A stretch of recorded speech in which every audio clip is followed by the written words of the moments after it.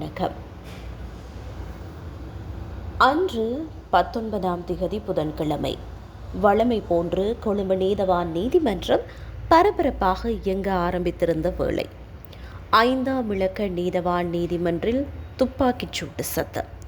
அதனோடு சேர்த்து அங்கிருந்த சட்டத்தரணிகள் வழக்கு விசாரணைக்காக வந்திருந்தவர்கள் என அனைவரும் தலைதெறிக்க ஓடுகின்றனர்.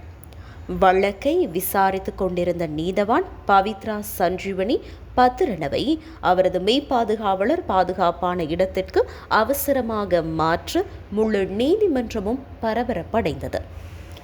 இதனையடுத்து கொழும்பு நீதவான் நீதிமன்றின் பிரதான வாயில் மூடப்பட்டு சோதனை நடவடிக்கைகள் ஆரம்பிக்கப்படுகின்றன.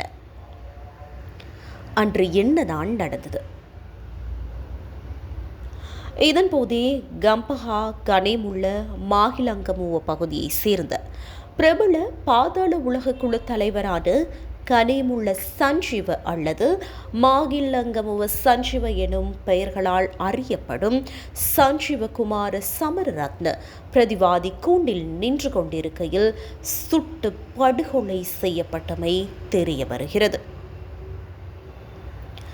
கடந்த 2023ஆம் ஆண்டு செப்டம்பர் மாதம் 13ஆம் திகதி நேபாளத்திலிருந்து யுபெல் 182 எனும் விமானத்தில் கட்டுநாயக்க விமான நிலையத்திற்கு சேனாதிரகி கருணாரத்ன எனும் பெயரில் வந்தபோது போலி கடவுச்சீட்டு தொடர்பில் குடிவரவு குடியகழ்வு திணைக்களத்தினரால் சஞ்சீவகுமார சமரரத்ன எனும் கனிமுள்ள சஞ்சீவ கைது செய்யப்பட்டு போலீசாரிடம் ஒப்படைக்கப்படுகிறார். அதன் பின்னர் சஞ்சீவகுமார சமரரத்ன எனும் கனிமுள்ள சஞ்சீவ போலீஸ் நிலையத்தில் தடுத்து வைக்கப்பட்டு விசாரிக்கப்பட்டு வருகிறார்.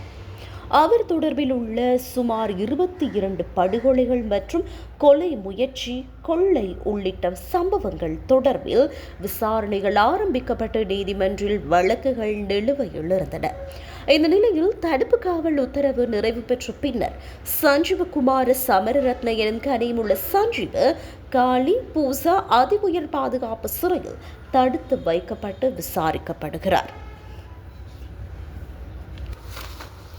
இந்த நிலையில் சஞ்சீவகுமார சமரரத்ன எனும் கனிமுள்ள சஞ்சீவவுக்கு எதிரான பாலியகுட பகுதியில் வீடு புகுந்து எம்ஏ சஜித் ரங்க என்பவரை கொலை செய்தமை மற்றும் கொழும்பில் 4 மரண காயங்களை ஏற்படுத்தியமை உள்ளிட்ட 3 வழக்குகள் கொழும்பு நீதவான் நீதிமன்றின் 5, 9ஆம் இலக்க விசாரணை அறைகளில் விசாரணைக்கு எடுத்துக் கொள்ளப்பட இருந்தன. இந்த நிலையிலேயே சஞ்சீவகுமார சமரரத்ன எனும் கனிமுள்ள சஞ்சீவ பூசா சிறையிலிருந்து ஆயுதம் தரித்த 12 போலீஸ் விசேட அதிரடிப்படை மற்றும் சிறைச்சாலை சிறப்பு பாதுகாப்பு பிரிவின் பாதுகாப்பில் கொழும்பு நீதவான் நீதிமன்றுக்கு அழைத்து செல்லப்படுகிறார். கடந்த 2 வாரங்களுக்கு முன்னர் ஒரு உளவு தகவல் போலீசாருக்கு கிடைத்திருந்தது. அதாவது கனிமுள்ள சஞ்சீவுக்கு எதிராக கம்பஹா நீதவான் நீதிமன்றில் உள்ள வழக்குக்கு அவரை அழைத்து வரும்போது அந்த நீதிமன்றில் வைத்து அவரை கொலை செய்ய போவதாக அந்த தகவலில் தெரிவிக்கப்பட்டிருந்தது. அதன்படி பதில் போலீஸ் மா அதிபர் பிரியாந்தோ வீரசூரிய கம்பஹா சிரேஷ்ட போலீஸ் அத்தியட்சகரிடம் இது தொடர்பில் பேசி நீதவானிடம் தெரிவித்த நிலையில் அந்த வழக்குக்கு சஞ்சீவை அழைத்துச் செல்லாது ஸ்கைப் தொழில்நுட்பமூடாக மேற்பார்வை நடவடிக்கைகளை நீதவான் முன்னெடுத்திருந்தார்.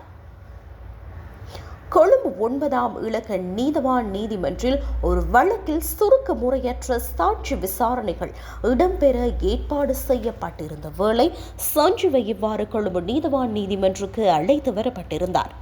அதற்கான நீதவான் உத்தரவு இருந்ததாக கூறப்படுகிறது. ஆனால் 19ஆம் திகதி 9ஆம் இலக்க நீதவான் நீதிமன்றின் நீதவான் பண்டார லங்கசிங்க விடுமுறையில் சென்றிருந்த நிலையில் அந்த நீதிமன்றின் வழக்குகள் 2ஆம் இலக்க நீதவான் முன்னிலையில் விசாரணைக்கு வர இருந்தது. அதன்படி சஞ்சீவ கொழும்பு நீதிமன்றுக்கு அழைத்து வரப்பட்டதாக சிறைச்சாலை தரப்பு கூறுகிறது. அதே நேரம் 5ஆம் இலக்க நீதவான் நீதிமன்றில் இருந்த 2 வழக்குகள் தொடர்பிலும் சஞ்சீவ ஸ்கைப் தொழில்நுட்பமூடாக ஆஜர் செய்யப்பட வேண்டியும் இருந்தது.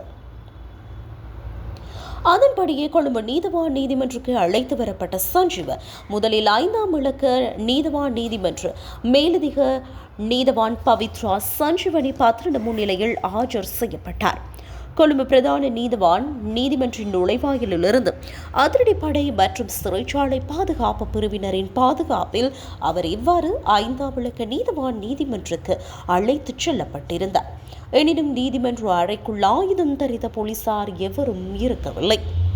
இதன்போது கொலை வழக்கில் சஞ்சீவகுமார சமரரத்ன எனும் கனிமுள்ள சஞ்சீவ ஆஜர் செய்யப்பட்டார்.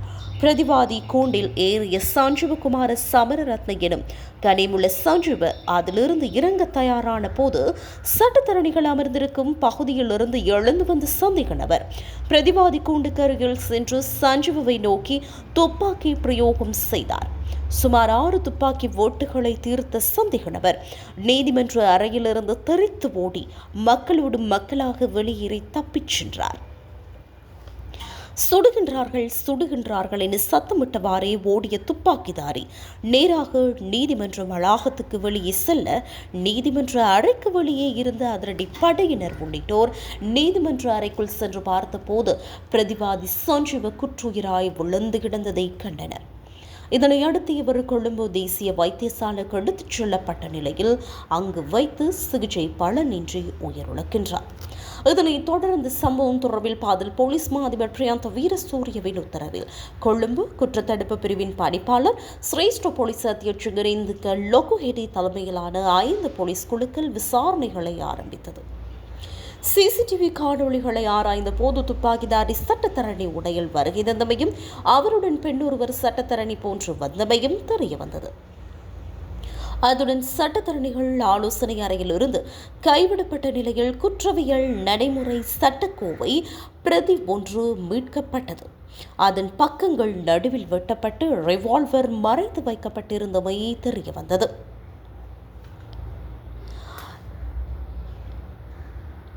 இந்த நிலையில் போலீஸ் மோப்ப நாயின் உதவியுடன் சந்தேக நபர் சென்ற திசை தொடர்பில் அரிய சிறப்பு பரிசோதனை ஆரம்பிக்கப்பட்டது. இதன்போது சிசிடிவியின் உதவியும் பெறப்பட்டது. இதனையடுத்து துப்பாக்கிச் சூட்டின் பின்னர் துப்பாக்கிதாரி என சந்தேகிக்கப்படும் நபர் கொழும்பு பிரதான நீதவான் நீதிமன்றின் பிரதான நுழைவாயில் வழியாக சட்ட கல்லூரி இருக்கும் பகுதிக்கு தப்பிச் சென்று அங்கிருந்து பிக்மி வாடகை முச்சக்கர வண்டி ஒன்றில் அவரும் அவருக்கு உடந்தையாக இருந்த பெண்ணும் நுகேகொடை பகுதிக்கு சென்றது கண்டறியப்பட்டது. பின்னர் நுகேகொடையில் உடைகளை மாற்றிக்கொண்டு மற்றொரு வாடகை முச்சக்கர வண்டியில் நீர்கொழும்பு நோக்கி அவ்விருவரும் பயணித்ததை போலீசார் கண்டறிந்தனர். இந்த நிலையில் சிஐடி அதிகாரிகள் விசாரணையாளர்கள் உளவுத்துறை அதிகாரிகளின் ஒத்துழைப்புடன் முன்னெடுக்கப்பட்ட விசாரணைகளில் கிடைக்கப்பெற்ற தகவல் ஒன்றுக்கமைய துப்பாக்கிதாரி KDH வேன் ஒன்றில் பயணித்தது தெரியவந்தது. இதுகுறித்து தகவல் போலீஸ் விசேட அதிரடி படை கட்டளை தளபதி பிரதி போலீஸ் மா அதிபர் சமந்த டி சில்வா ஊடாக புத்தளம் அதிரடிப்படை பொறுப்பதிகாரி புஷ்பகுமாரவுக்கு துப்பாக்கிதாரி குறித்த தகவல் அறிவிக்கப்பட்டது. அதன்படியே பாலாவி சந்திக்கரையில் உடன் சோதனை சாவடியை ஏற்படுத்திய பொறுப்பதிகாரி புஷ்பகுமார் வேகமாக வந்த KDH வேனை நிறுத்தி சோதனை செய்தார். இதன்போது வேனின் பின்னிருக்கையில் அமர்ந்திருந்தவர் தான் ஒரு சட்டத்தரணி எனவும் கொடிகாரகே கசுன் பிரபாத் நிசங்க எனவும் அறிமுகம் செய்து சட்டத்தரணிகள் அடையாள அட்டை ஒன்றினை காண்பித்துள்ளார். எனினும் சந்தேகம் கொண்ட போலீசார் தொடர்ச்சியாக விசாரணை செய்து வேனை சோதனை செய்த போது வேனில் இருந்த பை ஒன்றிலிருந்து வெளிநாட்டு தயாரிப்பு கைக்குண்டொன்று மீட்கப்பட்டதுடன் தீவிரமாக விசாரித்தனர். அவரின் அடையாள அட்டையை மீண்டும் சோதனை செய்த போது அதில் மகர்கமையை சேர்ந்த கமாண்டோ சமிந்து எனும் சமிந்து டில்ஷான் பியூமங்கு 27 வயதுடைய நபர் இவர் தெரிய வந்தது. இதனை அடுத்து அவரே கொழும்பு நீதவான் நீதிமன்றில் சஞ்சீவ மீது துப்பாக்கிச்சூடு நடத்தியமை உறுதி செய்யப்பட்டது. அண்மையில் இதன்போது போலீசார் ஷெரிதீன் எனும் ஒருவரை மையப்படுத்தி விசாரணை நடத்திய நிலையில் கைதானவர் அவரா என்ற சந்தேகம் எழ ஆரம்பித்தது. குறித்த பெயரே போலீஸ் உள்ள அறிக்கையில் முதன்முதலாக பரிமாறப்பட்ட நிலையில் அதிரடி படையினர் அவரை விசாரணை செய்தபோது துப்பாக்கிதாரி சமுந்து டுல்சான் பியுமங்கு என தெரியவந்தது. இதனை அடுத்து அவரை சிஐடியினரும் அதிரடி படையினரும் படைத்தனர். பயங்கரவாத தடை சட்டத்தின் கீழ் அவரை கைது செய்த போலீசார் அவரிடம் விசாரணைகளை முன்னெடுத்தனர். இதன்போது அவருடன் தாக்குதலுக்கு உதவி புரிந்த யுவதி 25 வயதுடைய நீர்கொழும்பு பகுதியைச் சேர்ந்த இஷாரா செவ்வந்தி என்பதை போலீசார் கண்டறிந்தனர்.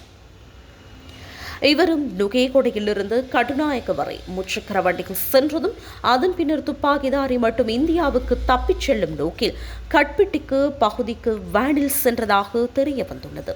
எனினும் இந்த கட்டுரை எழுதப்படும் வரை செவ்வந்தி கைது செய்யப்பட்டிருக்கவில்லை. இப்போதும் வரையும் செவ்வந்தி கைது செய்யப்பட்டிருக்கவில்லை. அவரை தேடி 5 போலீஸ் குழுக்கள் விசாரித்து வருகின்றன. இந்த நிலையில் போலீசார் பாலாவியில் சந்தேக நபரை அழைத்துச் சென்று கேடிஎச் வேனின் சாரதியான மில்லுவ பகுதியை சேர்ந்த மகேஷ் சம்பத் பிரியதர்ஷனவையும் கைது செய்தனர். இதனை அடுத்து முன்னெடுத்த விசாரணைகளில் பல விடயங்கள் வெளிவந்தன. அதன்படி 19ஆம் திகதி குறித்த கொலை சம்பவம் இடம்பெற முன்னர் 18ஆம் திகதி துப்பாக்கிதாரியும் துப்பாக்கியை நீதிமன்றத்துக்கு எடுத்துச் சென்ற தற்போது தேடப்பட்டு வரும் செவ்வந்தியும் கொழும்பு பிரதான நீதவான் நீதிமன்றத்துக்கு சாதாரண நபர்களாக வந்து சென்றுள்ளமை தெரிய வந்துள்ளது.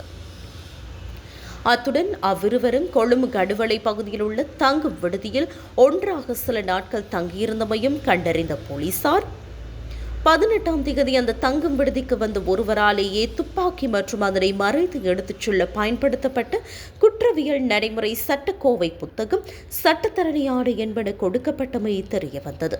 அந்த புத்தகத்தின் 2 பக்கங்கள் குறித்த தங்கும் விடுதியிலிருந்து போலீசார் மீட்டனர். இதனை அடுத்து அந்த அறை முழுதும் நுகேகொட ஸ்தலத்தில் போலீஸ் தடயவியல் பிரிவினரால் சோதனை செய்யப்பட்டு அங்குள்ள அனைத்தும் சான்றுகள், கைவிரல் ரேகை பதிவுகளுடன் சேகரிக்கப்பட்டன.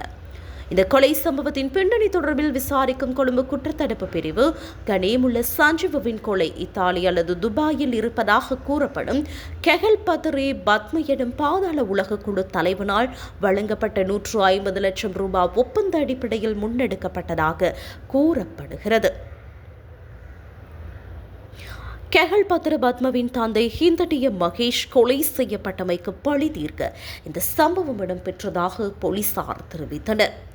இதுவரை இந்த விசாரணையில் 5 பேர் கைது செய்யப்பட்டனர். 2 சாரதிகள், துப்பாக்கிதாரி, அவரது காதலி என கூறப்படும் மகரகமவை சேர்ந்த 23 வயதான யுவதி ஒருவர், நீர்கொழும்பு போலீஸ் நிலைய கான்ஸ்டபிள் ஆகியோர் இவ்வாறு கைது செய்யப்பட்டவர்கள் ஆவர். இவர்களில் நீர்கொழும்பு போலீஸ் கான்ஸ்டபிள் 7ஆம் திகதி வரை விளக்கமறியலில் வைக்கப்பட்டுள்ளார்.